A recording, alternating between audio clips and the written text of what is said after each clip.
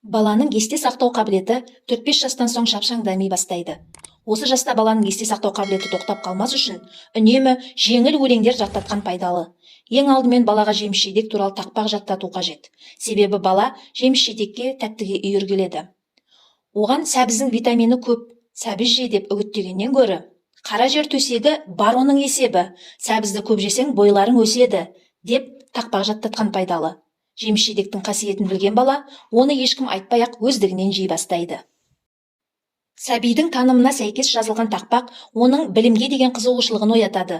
Орыс ғалымы Кудрявцева тақпақтың мазмұны баланы бірден баурап алуы тиіс. Сондықтан оған өзі білетін аң-құстар, өсімдіктер, бұлт пен жаңбыр жайлы қысқа шумақтарды үйреткен абзал дейді.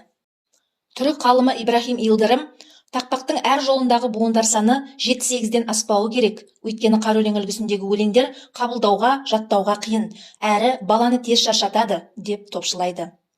Тақпақтарды жатқа соғу баланың есте сақтау қабілетін күшейтеді. Ең қызығы психологтар. Егер бала аяқ астынан еркелеп бүлінсе, оның құлағына өзі жаттаған сүйікті тақпақтарын сыбырлап айтып беріңіз деп кеңес береді. Мұндайда ол тез жұбанып, тақпақтың келесі шумағын өзі айта бастайды. София Лойтер балаларға тақпақ үйреткенде фольклорлық сарындағы дүниелерін де болуы маңызды. Өйткені әрбір бүлдіршіннің генетикалық жадында өз халқының менталитеті, ұлттық болмысы сақталады. Салт-дәстүрге, көне әдетке негізделген өлең оның бойындағы генетикалық кодтарды тірілтеді, дейді.